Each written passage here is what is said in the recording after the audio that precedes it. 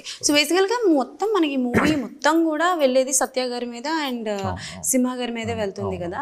But Faria గారి character రావడానికి గల అంటే లైక్ ఒక హీరోయిన్ ఉండాలి స్పేస్ అని క్రియేట్ చేసి తీసుకొచ్చారా లేకపోతే ఏంటి అని? అంటే మేజర్గా స్క్రీన్ ప్లే వైజ్ తీసుకుంటే ఫస్ట్ పార్ట్లో అభి అనే ఒక థర్డ్ వీల్ ముగ్గురు కలిసి వెళ్తారు. సో ఇక్కడ ఏంటంటే వీళ్ళు ఒక క్రైమ్లో ఇరుక్కున్నప్పుడు వీళ్ళకి ఇంకొక ఎక్స్టర్నల్ హెల్ప్ కావాలన్నమాట. సో అలా అని డిరైవ్ చేసిన క్యారెక్టర్. అంటే బేసిక్గా హీరోయిన్ తనకు కూడా ఫారియా కూడా హీరోయిన్ అలా ఏం చెప్పదు. అంటే క్యారెక్టర్ ఏదో ఒక మూవీలో క్యారెక్టర్. సో లవ్ ఇవి ఏమి ఉండవు. సో అలానే చెప్పాను. ఏంటంటే సెకండ్ హాఫ్లో చూస్తే తనే మెయిన్ తంత్రువే వెళ్తూ ఉంటారు. తంత్రు కొన్ని క్లూస్ ఉంటాయి. దాని తర్వాత తనది కూడా ఒక చిన్న ప్రీ క్లైమాక్స్ వాటిలో కూడా అదొకటి ఉంటుంది. సో ఇంకొకటి ఏంటంటే ఇప్పుడు హూడ్ అని జానర్ కాబట్టి ఉన్న క్యారెక్టర్స్లోనే ఆడియన్స్ వీళ్ళ వాళ్ళ అన్న ఒక చిన్న ఇది ఉంటుంది కదా, దానికి కూడా యూజ్ అవుతుంది అలా పెట్టి రాసింది. అండ్ ఆవిడ ఇందులో ర్యాప్ కూడా పాడారు. షీ ఓన్లీ రైట్ తనే రాసింది, తనే పాడింది, తనే కొరియోగ్రఫీ కూడా. ఐడియా అదే తన సాంగ్ అది. బేసిక్గా ఒకరోజు సెట్లో ఉన్నప్పుడు మామూలుగా ఊగుతుంది అనమాట, ఇలా పెట్టుకుని ఊగుతుంది. ఏమైంది ఏంటి అంటే నేను ర్యాప్ పాడుతూ ఉంటాయి మరి ఇన్పి అనగానే సరే అని బ్రేక్లో వచ్చింది, ఒక మ్యూజిక్ ప్లే చేసి పాడింది అనమాట మొత్తం ర్యాప్.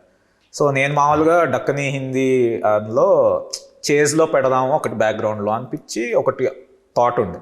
అరే ఇది బాగుంది కదా, అయితే మన సినిమాకి తగ్గట్టు అంటే తను వేరేలాగా రాసింది లిరిక్స్, సినిమాకి తగ్గట్టు హిందీ అదే డక్కని అదే ఉంచి ఒకటి రాయమంటే రాసింది అనమాట.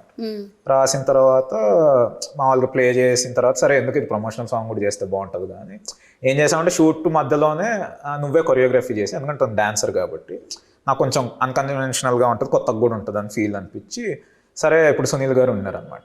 ఆయన డ్యాన్స్ చేసి అసలు చాలా రోజులు అయింది. ఆయనది బేసిక్గా మామూలు సినిమా సీన్స్ షూట్ మధ్యలో 1 hour బ్రేక్ తీసుకొని సరే ఇలా సాంగ్ అనుకుంటున్నాం ఒక 1 hour వెళ్ళి డ్యాన్స్ చేద్దాం అది ఇది అంటే ఆయన విని ఆయన ఎక్సైట్ అయ్యారు. సో అలా 1 hour షూట్ మధ్యలో ఒకటి, మధ్యలో ఇంకొక డే కూడా మళ్ళీ ఒక 1 hour గ్యాప్ ఇచ్చి 1 hour ఒకసారి అలా ఒక 3 days అలా మధ్యలో చేసి అది రఫ్ కట్ చేసి చెరి గారు చూపించేసరికి బాగా నచ్చింది. సరే అప్పుడు ప్రమోషనల్ సాంగ్ కూడా చేద్దామని చెప్పి అప్పుడు మళ్ళీ ఇంకొక చిన్న సెట్ లాగా చేసి మళ్ళీ మొత్తం ఒక ప్రమోషనల్ వీడియో లాగా చేద్దాం. అది కూడా ఏంటంటే జస్ట్ సాంగ్ లాగా కాకుండా చిన్న వీడియో.